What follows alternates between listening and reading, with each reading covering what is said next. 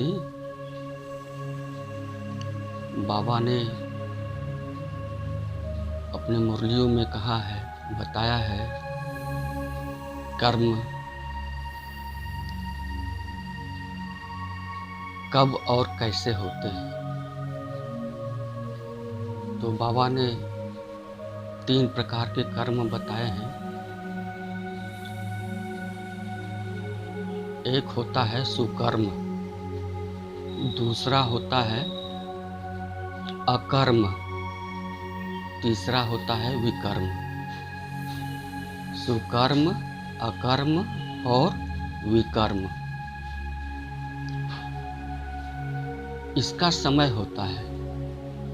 बाबा ने स्पष्ट बताया है सुकर्म कब होता है, अकर्म कब होता है और विकर्म कब होता है। तो विकर्म बाबा ने बताया कि विकर्म तो आधा कल्प से शुरू होता है। 2500 वर्ष तक अकर्म होता है, मतलब कर्म का कोई प्रारब्ध नहीं बनता। और सुकर्म कब होता है, बाबा ने बताया कि पुरुषोत्तम संगम युग पर जो बाबा के बच्चे हैं, बाबा के श्रेष्ठ मत पर चलने वाले होते हैं, हर कदम श्रीमत पर चलते हैं, हर कार्य श्रीमत प्रमाण करते हैं, वो सुकर्म बनता है, वो पद्मा पदम भाग्य बनता है। तो भाग्य का प्रारब्ध आधा कल्प सतयुग और त्रेता तक वो चलता है।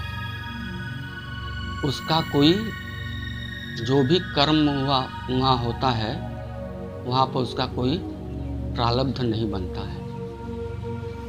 पर जब आधा कल्प के बाद जैसे ही द्वापर शुरू होता है तो कलाएं तो कम हो जाती हैं, आधी कलाएं हो जाती हैं। तो फिर क्या होता है, जो कर्म होता है वो विकर्म बनता जाता है। और आज दुनिया तो रौरव नर्क कहते हैं ना, दुनिया को ही रौरव नर्क कहते हैं कि आज की दुनिया बिल्कुल रौरव नर्क है। तमो प्रधान, कूड़े का डब्बा, कचरे का डब्बा, जो कचरा ही भरा हुआ है।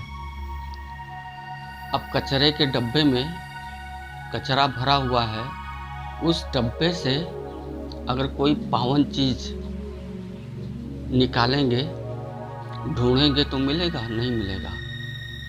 आपको लगता है कि ये ठीक है, लेकिन है तो कचरा ही।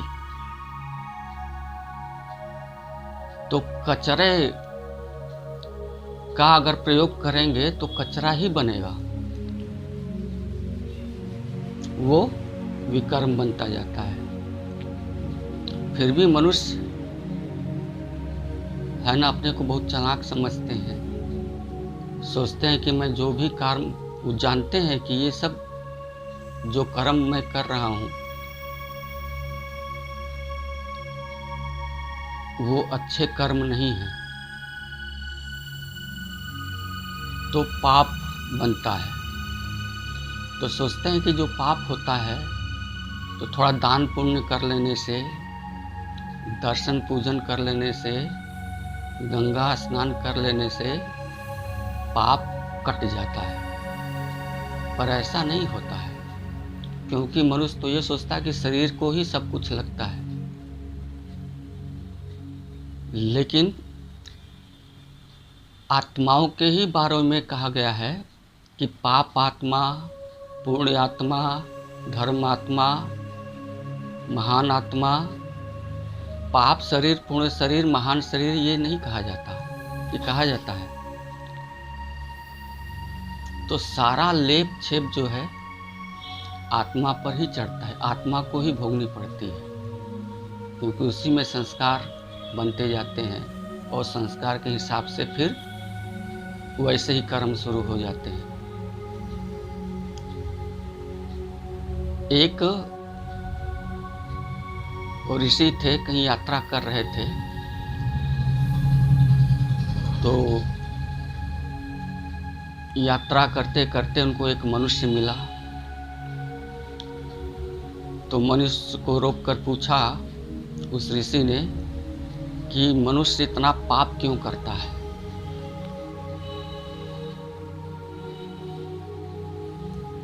तो वो मनुष्य कहता है, पाप तो करता है पर पाप तो धो भी देता है गंगा में स्नान करके, तो अपना पाप तो गंगा को दे देता है। तो ऋषि कहे, तब तो गंगा से पूछना चाहिए। ऋषि जाते हैं गंगा के पास, ये तो मनुष्यों का पाप तुम लेती हो, बताओ क्यों। कहे, मैं क्यों लूँ, मनुष्य आते हैं अपना पाप मुझे देते हैं, मैं सागर को दे देती हूँ। तब ऋषि कहे, तब सागर से पूछना चाहिए। तो ऋषि सागर के पास जाता है, तो सागर से कहता है कि तुम पाप क्यों लेते हो। तो कहता, मैं कहाँ लेता हूँ, नदियाँ आती हैं मुझे देती हैं, तो मैं तो भाप बना के उड़ा देता हूँ। बादल बन जाते हैं तो बादल से पूछिए। तो ऋषि बादल से पूछते हैं, तो बादल भी कहता है कि मैं क्या करता, मैं तो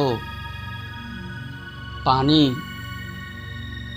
बन के नीचे ही धरती पर गिरा देता हूँ। तो धरती से पूछिए। तो धरती से पूछता है, ऋषि पूछते हैं,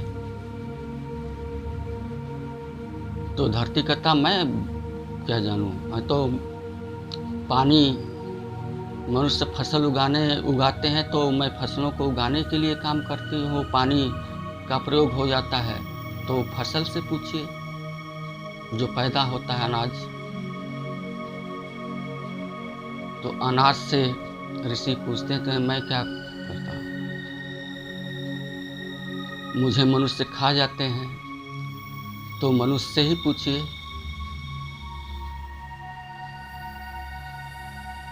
तो मनुष्यों का पाप घूम फिर के कैसे मनुष्यों के पास चला आता है। सोचते हैं कि हम तो धो देते हैं, लेकिन एक विकर्म किए उसका तो आता है, दूसरा किए आता है, तीसरा किए आता है, बराबर ये चलता रहता। कहते हैं ना, जब पाप का घड़ा भर जाता है तो एक साथ विस्फोट होता है।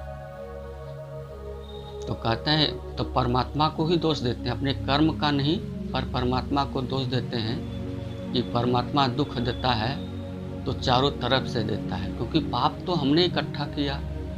परमात्मा तो क्या है, तो कल्याणकारी है, कल्याण करने वाला है, पर हम सभी भूले हुए हैं परमात्मा का। उनका श्रीमत क्या है पता नहीं है। तो पुरुषोत्तम संगम युग पर परमात्मा का दिव्य अवतरण हुआ है, और ये काल जो ब्राह्मण बच्चों के लिए पुरुषोत्तम संगम युग का है, वो भी समाप्ति की ओर है, क्योंकि सृष्टि में अब महापरिवर्तन का दौर भी शुरू है।